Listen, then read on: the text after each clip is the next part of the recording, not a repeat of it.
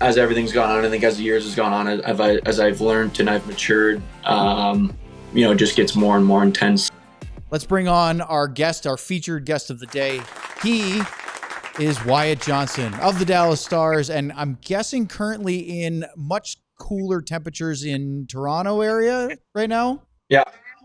Well, thank you so much for joining us. It's 106 here in Dallas. Luds is in Wisconsin, so it's not 106 there. You guys have it right. We're stuck here, and it's supposed to be this way for at least another 2 or 3 weeks, or maybe into training camp. So we're thrilled to have you, and I'm glad you're enjoying some nice northern weather. I miss it, and I need to get back there. Let's start with, I was reading a piece. You met with Mike Zeisberger from NHL.com the other day, and you said something that perked my ears up. I want you to go back to the 22 training camp. So it was the year after you were drafted. You went back to Windsor, had 124 points. You guys made it to the OHL final, and just a great team, great season. I'm sure you were disappointed not to beat Hamilton that year. You're 19 years old. You go to training camp and you make the NHL roster. What honestly, because you said in the article that you were not expecting that to be in the NHL at 19. When you went to camp as a teenager that year, what were you really thinking was going to happen?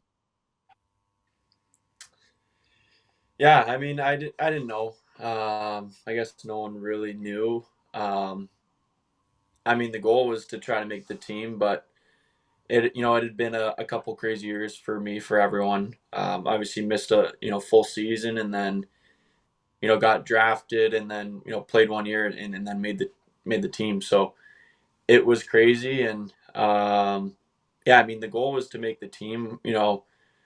Hard for me to say how much I believed. I have a lot of belief in myself, and I believe in my game, and I believed I had a chance. But yeah, I mean, I think especially the couple years before, not playing a full season, to say that I was going to make the team at 19, I was going to be, I would have been pretty shocked if you told me that at that time.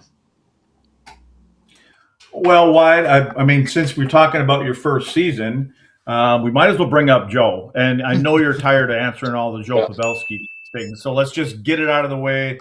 We have a ding every time Joe's name gets mentioned, and so you're going to hear that. Hopefully, you don't have to talk about it anymore. I think we've all heard what he means to you, but can you pick out one thing, just one of the most important things that Joe was left as a trademark, or that kind of just hit home with you right away? And then the second part of that is I wanted to get your thoughts about when you heard his name mentioned with Toronto as far as interviewing for the head coaching job. Yeah. I mean, obviously a ton that I learned, but I think one of the biggest things is just how much fun he had, at the rink, away from the rink. He was obviously, super dialed in and did all the right things and was, such a pro, but, he also had fun. He knew when he could relax, and, he was always smiling, having fun. And I think that's one thing that, I really, experienced living with him and saw with him, is that, coming from junior and coming to the NHL, it's obviously a step up, and it's, even more of a business, and it's even more, serious. And, you're not around, a bunch of teenagers anymore. But, I think kind of being around him and seeing the way, he just had fun. He obviously it's your job and it's what you do for a living, but, it's also super important to have fun and just enjoy it, because, we're all doing what we love. So that was, one of the biggest things that I think I took from him. And then, in terms of him with Toronto, yeah, it was pretty interesting. Not exactly, on my radar. It makes a lot of sense just being around him and how smart he is and how well he can communicate. But, obviously a pretty big shock when you see, the headlines that he's one of the, options as the Toronto Maple Leafs head coach, which obviously I've, spent a lot of time watching them here growing up in Toronto. And so that would have been, pretty cool and interesting. And yeah, I mean, I'm sure he would, he'd make an unbelievable head coach. Since you're talking about Joe, I'll just go right into that, Wyatt. You talked a lot early on when you were living with him about how he took care of his body, how he did things off the ice, how he, cooled down after a game and all that kind of stuff. For you, You've played 4 years in the NHL. You've played 328 games. For anyone who doesn't know math, 4 times 82 is 328. You played all 82 games in all 4 years. Is that a big part of just you and going back to your past, or was that a big part of learning from Pavelski as well? I think I guess both. Yeah, I guess it's hard to say. I mean, taking care of your body is definitely one thing that has always been important to me, and obviously learned a ton from Joe on the way he did that, and stayed healthy. It's so important. You want to be able to play as much as you can. You want to play as many games as you can. And obviously, it's injuries happen and stuff like that, but I think for me, it's super important, and I mean, for everyone just to stay on top of things and not allow lingering things to get to the point where you can't handle it anymore. So I think it's just mix of just trying to stay on top of it, and just be smart with your body, I guess. What age would you say you got serious about that? Like, when in your career did it go from you're just playing hockey to nutrition, recovery, weight training, all the things that you have to do to play at this kind of level? I think it's just evolved. I think, you start out and you start learning things, like you start going to the gym. I probably would have been probably 12, 13, I think, when you starting to learn how to, start lifting. You're not necessarily lifting a ton of weight, but you're just kind of learning how to, work out and do the right movements. And I think just as everything's gone on, I think as the years has gone on, as I've learned and I've matured, it just gets more and more intense for me. And so I would say, I think in junior is kind of, probably the first year where, I really started, thinking about those things, and, kind of seeing, learning from older guys and seeing what they do and how important, warming up, cooling down, like eating good. That's probably when it kind of started. And then I think it's just kind of evolved, since then. Obviously living with Joe, learning from him, and then just learning from other teammates. Social media is obviously a great thing to help, kind of learn things nutritionally, different recovery tips. So there's so many resources out there. And I think it's just, for me, it's just kind of just been improving every year, and I've been trying to add things every year. All right, before Luds goes crazy, and I'm going to let him do it, the Stars have a lot of players, and you know this better than we do, that are very in tune with their bodies and very specific modes of therapy. In fact, I believe in the playoffs, there might have been a room across from the locker room that was, what was it, like $1 million worth of equipment, or whatever the number was, an insane amount of cryo, you name it, all sorts of potions and whatever that work. What's is something that maybe you didn't initially kind of adhere to, that you're like, oh, this does it for me now? I think the one thing I like is cold tubs day before game. It just kind of doesn't feel it's not that fun, but I just feel good after. And I feel like it's kind of been somewhat of a routine. I like to do it day before games as much as I can. Obviously there's times when it doesn't work out, but I think that's one thing that isn't the most fun thing to do, but I find it helps a lot, and kind of try to do that as much as I can, post game or day before game. I think it just, helps a lot and makes me feel good. How long are you in there? Kind of depends. Usually around like 4 minutes. I usually kind of just do my lower body for the legs. Usually somewhere around 4 minutes. At some point, after a couple minutes, it kind of just, the feeling kind of just tapers off, and you're kind of just in there. And so I don't know if it really matters after that point, but I usually kind of go around 4 minutes. Well, Wyatt, I'll tell you what, like in about 30 years from now, I want you to remember, when you stop moving, you start to rust. And you can look at the two guys that are sitting next to each other. They're a perfect example of it. Listen, And made me think of when Sam had mentioned 82 games and playing all the games and things like that. Is playing an extra 2 games big deal for you guys? I mean, I think there's a lot of people out there probably, oh man, that's nothing in a couple extra games. So the combination of less maybe play or preseason games, couple extra games, does it bother you guys? Is it even enter your mind? Um, yeah, I mean, for me, I think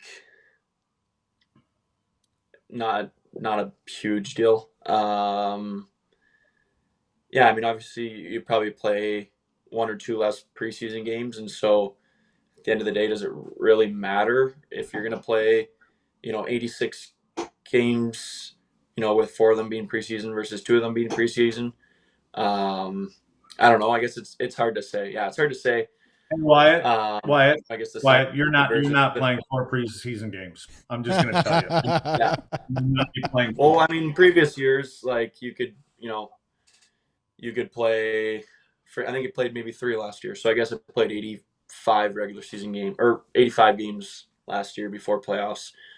Whereas I guess this year it would be 86. So yeah, I mean, for me, it's not that big of a deal. Like, I mean, it's, 4 or 5 more days to the season. You play two more games.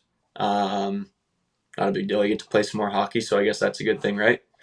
Yeah. Do you think that it affects maybe the beginning of the season? We all know that preseason guys are in and out, and the Yeah. first 10, 15 games are kind of a cluster at times like that. Do you think only playing a couple games may affect the way the season starts? Not just for you guys, everybody. Yeah.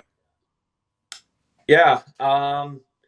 Yeah, it'll be different for sure. Like the training camp, I think is 12 or so days this year, until the first game. So it'll definitely be a little quicker. I mean, for me, it's nice. You kind of get into it right away. Um, it doesn't matter. Everyone's in the same spot, really. I think there's a limit on how many games each guy can play. And so, yeah, I mean, I guess at the end of the day, it doesn't really matter. I mean, you could just start the season with no exhibition games and everyone's in the same boat. Everyone's kind of going to be scrambling a little bit and, might be a little sloppier early on with the shortened um, preseason, but I mean, everyone will be in the same boat. So I think it doesn't really matter at the end of the day. The way I see it, everyone's kind of, yeah, everyone's in the same boat. So. All right, Wyatt, I asked you about two of your buddies and former teammates. So obviously, most recently, Maverick Bourque getting traded to Nashville. What the feeling is around that? And then on a happier note, someone who also got traded, Logan Stankoven. What was it like seeing him hoist the Stanley Cup and be able to celebrate in Kamloops? Yeah, I mean, for Mav, yeah, it's obviously it's tough. Obviously, a guy that I've gotten close with over the years and playing with him, and obviously a great guy, great player. He was a great, big part of our team last year, and so it sucks losing a guy like that. But I mean, that's just kind of how it goes in this business. Trades happen, and obviously the management need to make decisions that are best for the team, and yeah, obviously wishing Borky all the best there. And in terms of Logan, it's awesome. I mean, he's just an unbelievable person. Really, really good hockey player as well. So I'm really happy for him. It would have been nice for him to still be here and hopefully win that cup with him here in Dallas. But I'm super happy for him and just a great person. Great family, and I'm super happy for them. Why, we have a super chat. Go ahead, Ryan. Thank you. Ardell, who's one of our diehards, sent in this is a dollar amount. It's a Jamie Benn and a Wyatt Johnston, $14.53, our little bit we do. And he says, hockey is such a physical sport. How much did having Jamie Benn on the ice with you matter, especially early in your career? This Stars fan would really like to see 14 hoist that cup. Yeah, it was huge. I mean, played, a lot of my games so far with him as one of my line mates. So he's been awesome to me, and it was obviously it was great coming into the league and having a guy like that to play with. Just the the space he opens up for me on the ice. He just kind of has that people know when he's out on the ice, just the presence he has, which I think helps, maybe keep some attention away from me, which has been great. And so, ton of fun to play with him. And I think he helped me a ton, obviously on the ice playing with him, but then also off, just learning from him and seeing how great he is as a leader. And yeah, I would, love to see him hoist the Stanley Cup here in Dallas. So obviously that's the goal for this year. And, that's what we're working towards. And feel, really good about this season. And so I'm super, super excited to get back to Dallas and just get things rolling. As Sam mentioned, you've played a lot of hockey already. 300, was it 328? Yep. 4 years. This past year. This is the crazy part. This is the first time in your NHL career you didn't make it to the conference final. It's just remarkable. First 3 years in the league, you make it to the third round. Not just you, but the whole team, of course. And this year, obviously, the expectation, the hopes were for much further than first round against Minnesota. So I don't want to go back and relitigate that. We've talked about that a ton. I wanted to ask you about what it's like having May, June, not playing hockey, and then now obviously that's 3 months plus we're into August. This has to be a much different offseason for you from the previous 3 years. Yeah, it's been different for sure. You don't really ever want to be back home for the summer, or you don't want to lose out, I guess, in into April, early May. But I think it's been great for me to give me some more time to be in the gym and on the ice and, work on a number of different things. So, yeah, I think it's been good. At the same time, I think it's also felt like the longest summer ever. I feel like I've, been here and haven't played hockey, a game for, the longest time. So, it's not ideal. You want to be playing into the end of June every year. And, but yeah, I think at the same time, I think it's been great for me to have that opportunity to, recover a little bit and then, get back in the gym and, get bigger and stronger and, work on some things on the ice. Want to keep going on, or are we taking a break? No, we're going, lads. We're going straight through today. All right. Oh, well, there you go. Then another thing I didn't know. So he doesn't read his text messages. He doesn't read his emails, Wyatt. It's just, we're lucky he shows up. Also, hey, hot nuts. Hey, I haven't got anything. I got nothing from you guys yet. So, Wyatt, I want to know, like you led the league last year in high danger goals. I think it was 30 goals or something like that.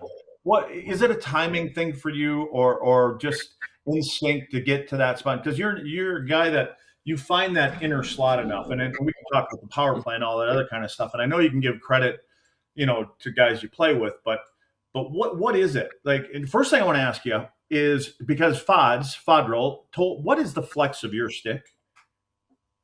I use 82.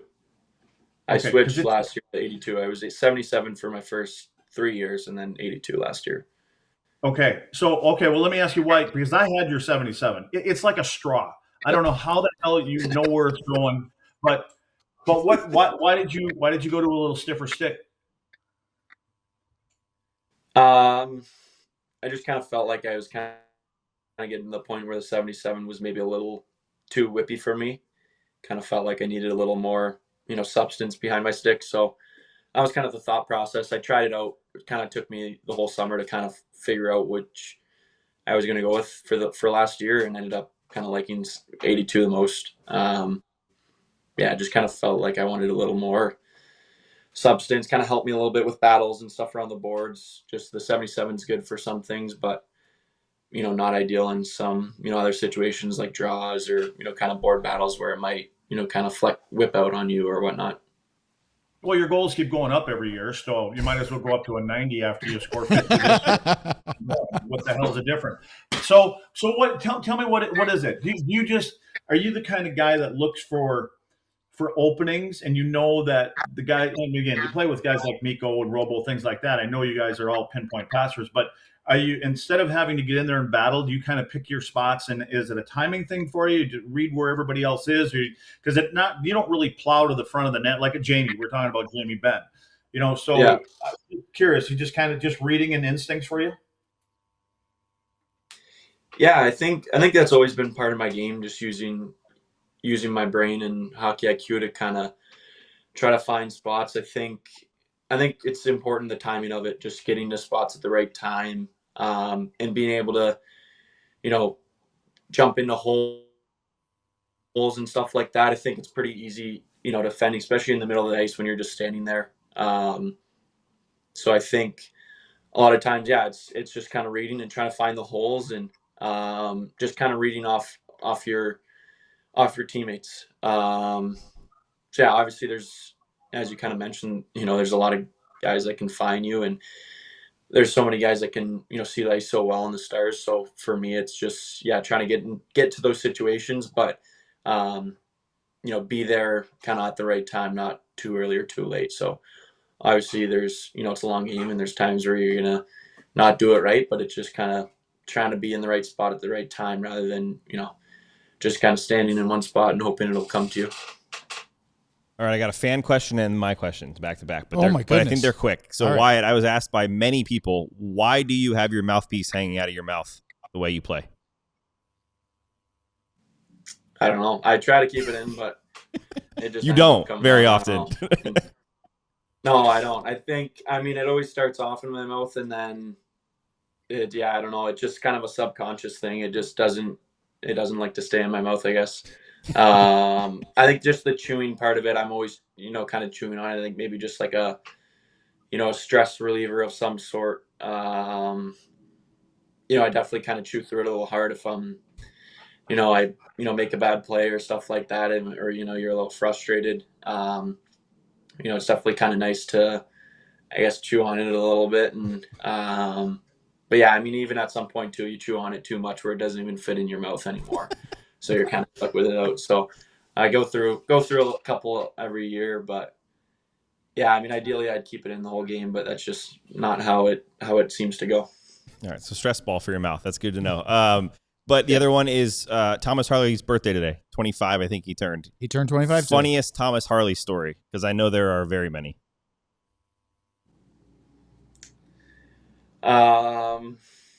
That's a good question. I think he's got some of the funnier things is some of his quotes you see online. Like the one, I think the one he said, "Because we're stupid." Remember, I always saw that one. Yep. That's yeah. That's a good one. He's got some funny quotes. He's a great dude. Definitely, yeah. I'm not really good on the spot, but that's one of the ones that kind of sticks out to me. Some of his, some of his funny quotes. Are you guys as a one thing I teammate? thought that was great. As teammates, are you guys into acknowledging each other's birthdays? Is it more of a during the season thing, or even the off season? Will you fire a text or send him something goofy? Yeah, I sent him a text today. Obviously helps with social media sometimes, and seeing posts, getting a little reminder. But yeah, send him a text. Obviously, it's a little easier in season. Where if you're on the road, take him out to dinner or whatever, or, get him a cake at dinner or whatever it is when one of the boys have a dinner on the road. But yeah, in terms of the off season, just kind of send a text. All right, Ryan, hit that super chat again. We've got another one. This is from Naval 71. This is a Masterton and a 99 Cup here. It is nice to see a hockey player with books at the background. Are they Wyatt's books? Is he a reader? So Wyatt, are you a reader at all? He doesn't even have a clue what those books' titles are. Yeah, I don't know if I've read any of these books. They're all I'm back at home with my family in Toronto, so they're all the books that my mom, sister, dad read. I read a little bit. I'm not the most dialed in with my reading. I'm trying to read a little more. Because reading's great, but yeah, I don't think I might have read one or two of these back there, but I'm trying to get into it a little more and kind of learn. Sorry, not learn, but read more. Get off your phone a little bit. Yeah, I would say a little bit of a reader, not the biggest. All All right, last one for you, because Luds was getting into this, and I just want to ask you, this is technical. We were having fun, but one last one, and then we'll let you go. Your team's power play is insanely lethal. It's fun to watch. It feels like every time you guys go out there, you think you're scoring. The patience that you guys have, it's not overwhelming volume. It's literally, we're gonna wait till somebody makes a mistake and then you pounce. Why is your power play so good? I think it's a mix of a number of things. I think the personnel, the players we have out there, we have so many, different threats, which I think is very important. We have the players that can make plays, who can see the ice well and make plays if you're open. And then I think also just, the coaching part of it, Grammer and Gully were awesome last year of giving us the tools and giving us the plays and giving us the pre-scouts where we could, kind of have that information and then use that to, kind of manipulate the kills. It's always kind of a bit of a cat and mouse game, with kills adjusting and taking away certain things. And so I think, one of the biggest things is just staying on top of that and kind of seeing what they're taking away and what that'll open up for us. Because obviously there's got to be someone open on a power play. And so I think, that was a big strength of ours, just, seeing what they were taking away and making those reads on how we can attack. Hey, why when you come back? By the way, you shut your mouth, Sam. No, go ahead.